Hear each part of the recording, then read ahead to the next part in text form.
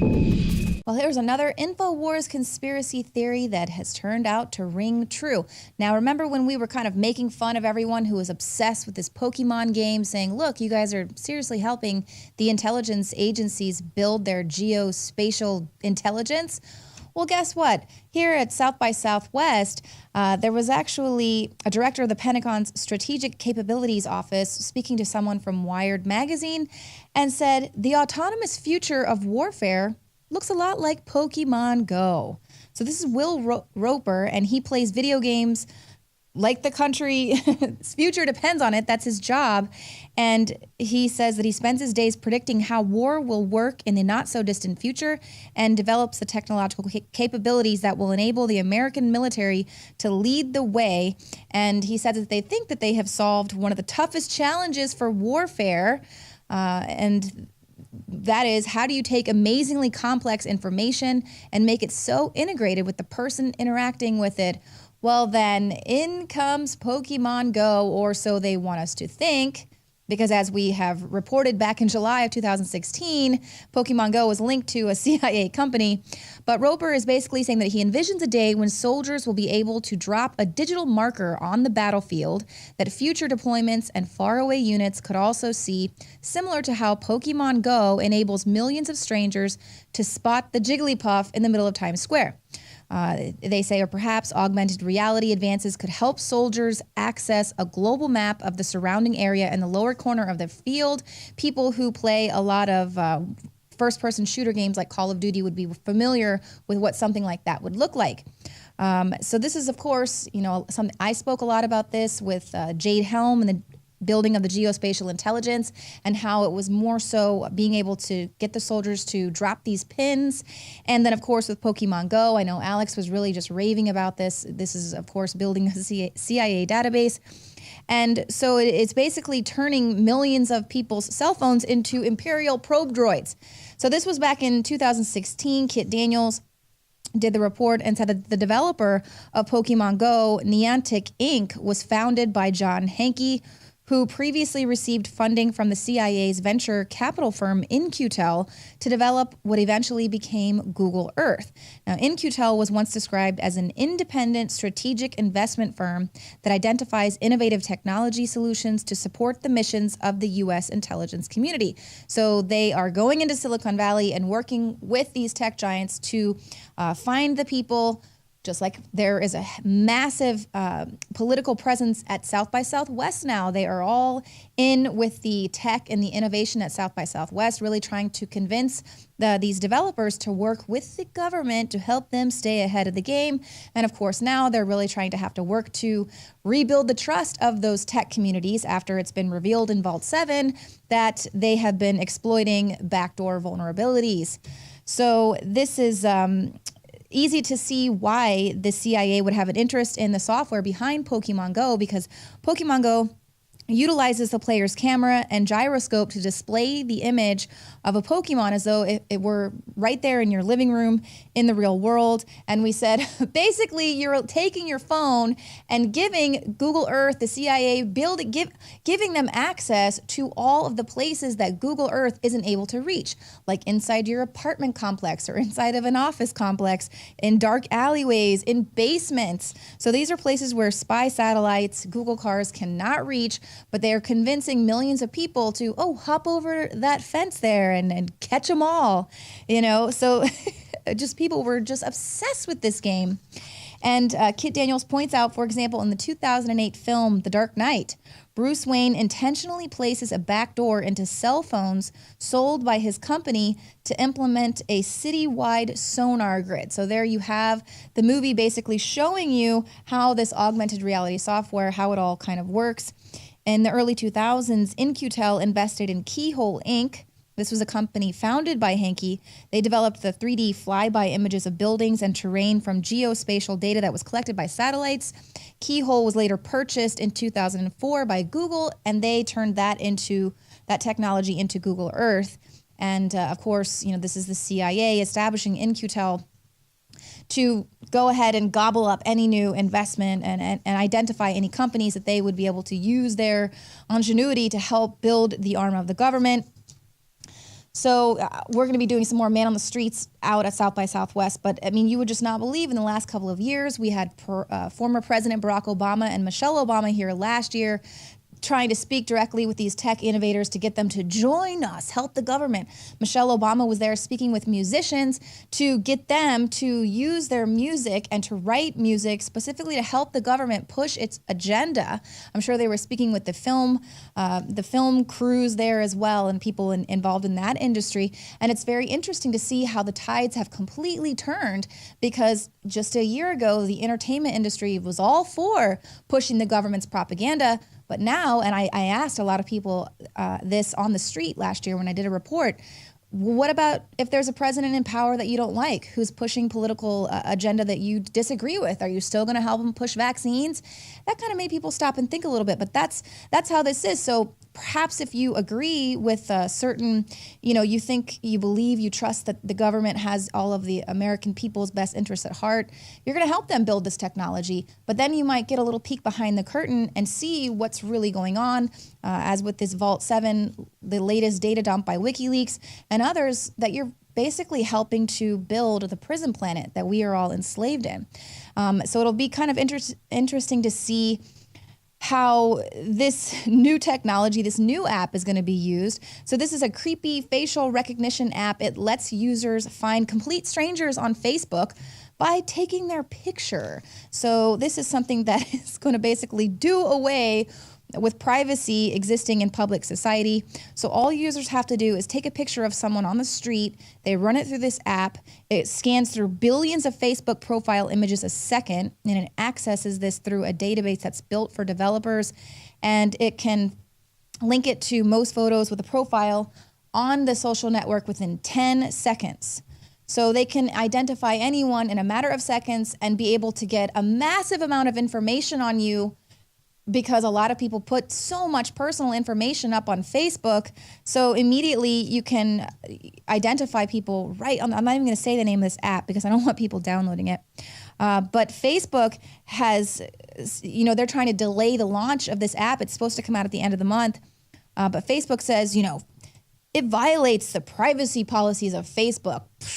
Please. Facebook does not care. They're constantly nudging you. Oh, tag your friends in this photo. Oh, we just found this random photo on the internet of you. Is that you? Do you want to tag yourself in it and put the geo tag and let everybody know that you were out drinking with your friends the other night?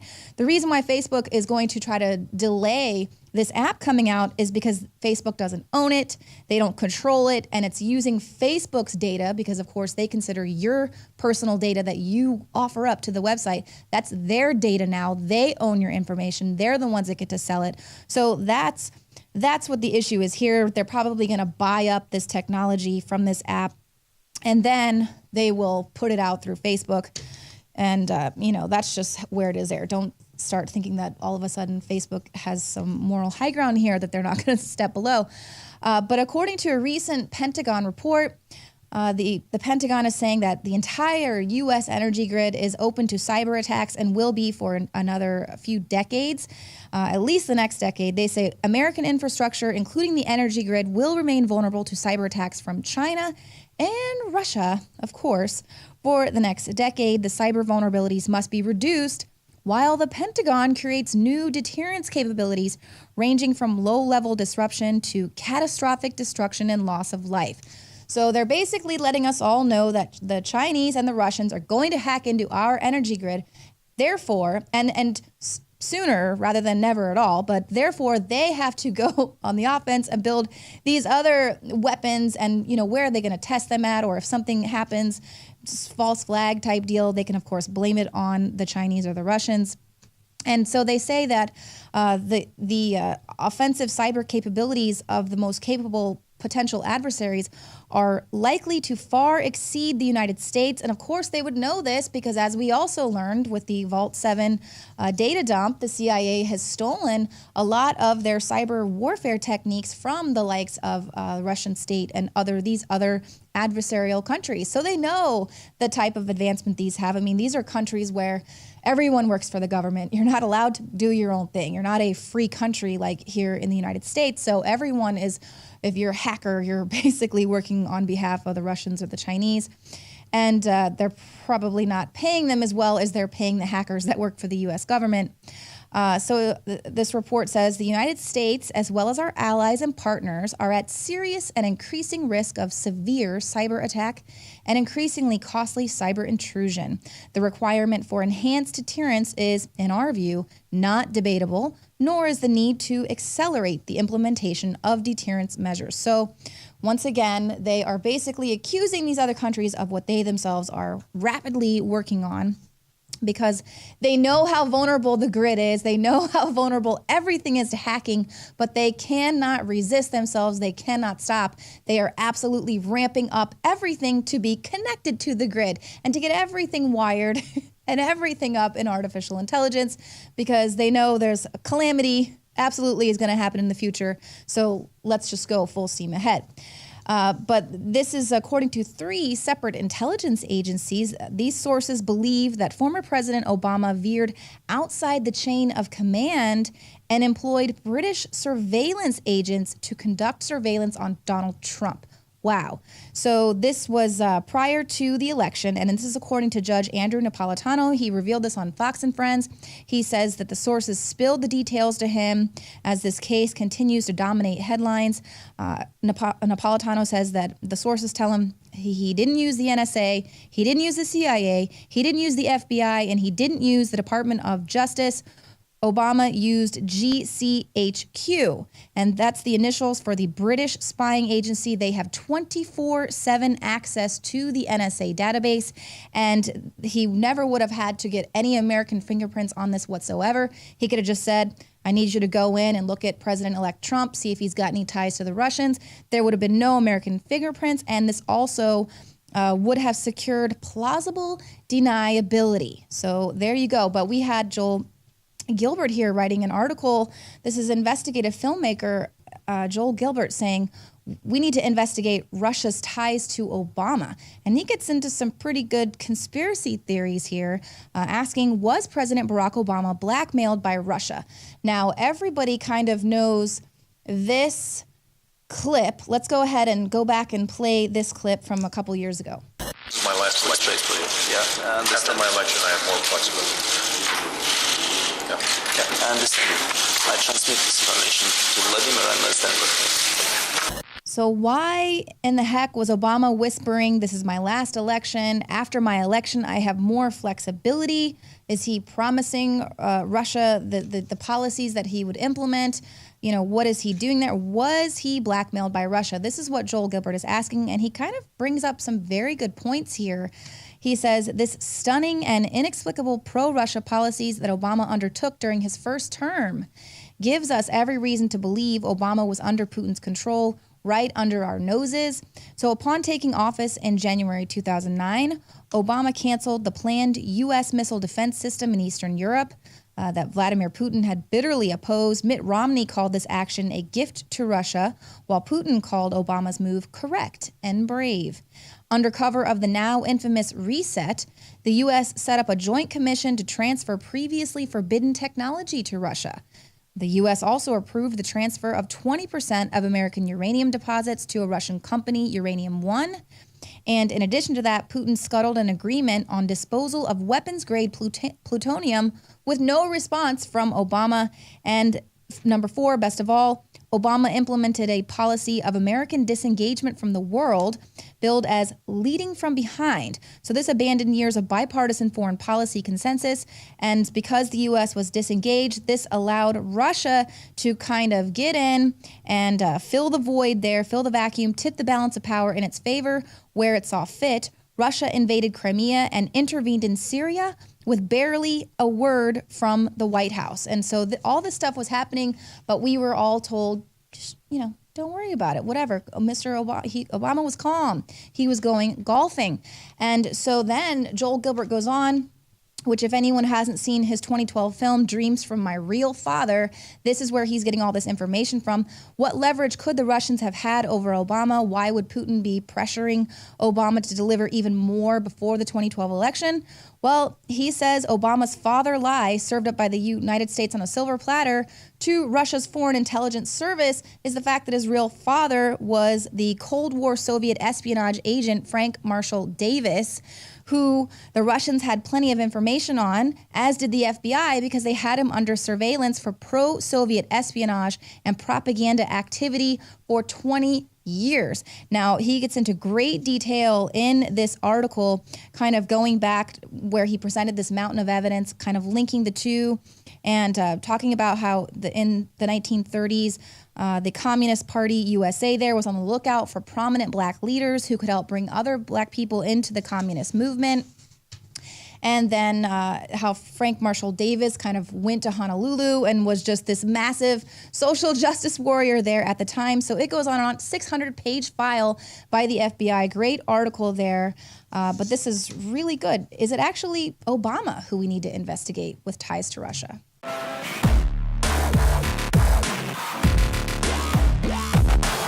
This is one of the biggest secrets out there. The missing link of why our ancestors, whether you were in Africa or ancient Albion, which is England today, why our ancestors were so much stronger.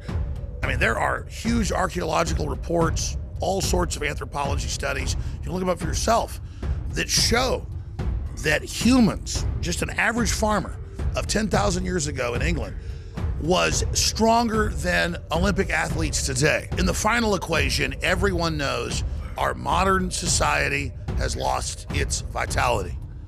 The sperm counts are down like 90%. People are falling apart. They're totally depressed. They're unhappy. What is going on? Every ancient culture was obsessed with what I'm about to reveal to you.